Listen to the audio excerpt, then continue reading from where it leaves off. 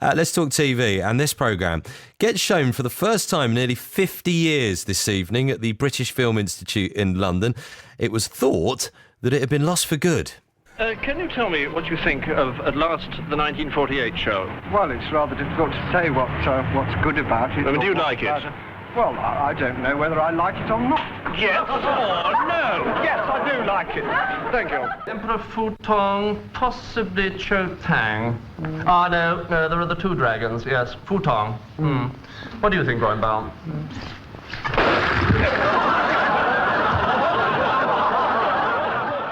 Well, that was John Cleese. I don't even really know it, but I want to know it now. I know exactly. Well, it was called At Last the 1948 Show. It's produced by Sir David Frost for the former ITV franchise Rediffusion in the 60s. Not the only programme that's been lost and found. There was a rediscovered episode of Doctor Who from 68 as well.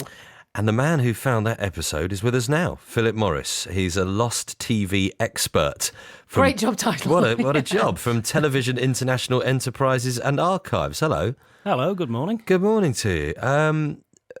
Right. How do you go about a job like this? How do you get into a job like this? By accident. Yeah. That's the honest answer, by accident. I think it began with me. I was... the BBC made a series in the 60s with Dudley Moore and Peter Cook called Not Only But Also. Mm-hmm. And I was looking for a copy of it on one of the early DVDs, and somebody said to me, well, it doesn't exist. I said, well, what do you mean it doesn't exist? I've heard clips on the radio. Surely this programme exists. They said, no, that there was a policy, back in the early 70s that, they thought, we're never going to use this stuff again.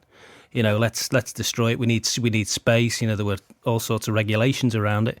And I was kind of intrigued by that. And it sort of led me in, well, what happened to it? Did we sell copies overseas? And that was kind of the slippery slope of getting involved in this business. Your greatest find must have been the Doctor Who episode, was it?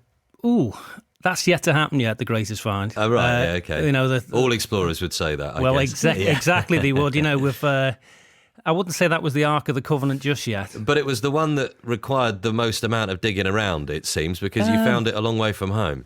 Well, yeah. Well, the way that Tia work and the way that I work, I mean, I'm literally just a few days back in the country as it is now. I'm normally somewhere, some far reach of the globe somewhere, some Amazon forest somewhere, digging things out. This is an amazing There's an old job. Z-Cars under this shrub. It's amazing you asked that. I mean, I work very closely with the BBC, and you think to yourself, let's take a show like Dad's Army. Would you believe that they were watching Dad's Army in Syria? Right. Dad's Army. Really? This is how far these programmes have had a global reach. But this Doctor Who episode, right? You found it in Nigeria. Yes, Doctor Who, like many other shows that the BBC produced, were exported to Nigeria on what we call a bicycle run.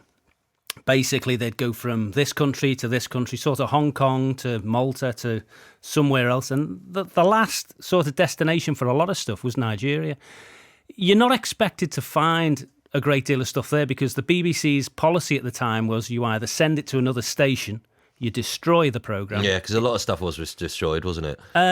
Allegedly, there's, what the paperwork says, what actually happened. Right. So it's still out there, some of it for you to find. Exactly. There's a possibility. You have to also look at engineers who, back in the day, people who worked on the programmes would probably think, I really don't want to destroy this. I worked on this programme. I put a lot of love into it. I'll stick it in the basement. Exactly. Yeah. So thankfully there are those people out there, and the BBC are really thankful to them. And if anyone's listening, you've got anything, please get in touch. And people do get very excited, rightly so, don't they? At last, the 1948 show, it was presumed lost. That was it, done for. But now the BFI picking up on it, and fans will flock to stuff like this. They will indeed. The greatest thing about this, I think, when anything ever comes to light, that it becomes an event.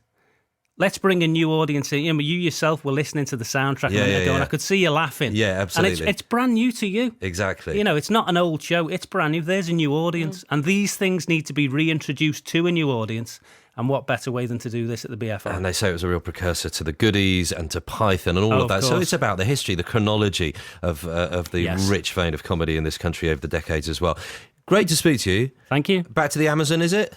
Quite possibly it is in the next couple of days. Yeah, okay. Hopefully back for Christmas. Yeah. Amazing job. Thank you very much indeed. Great to My speak pleasure. to you, Philip. All the Thank best to you. Philip Morris, Lost TV expert. Quite a gig.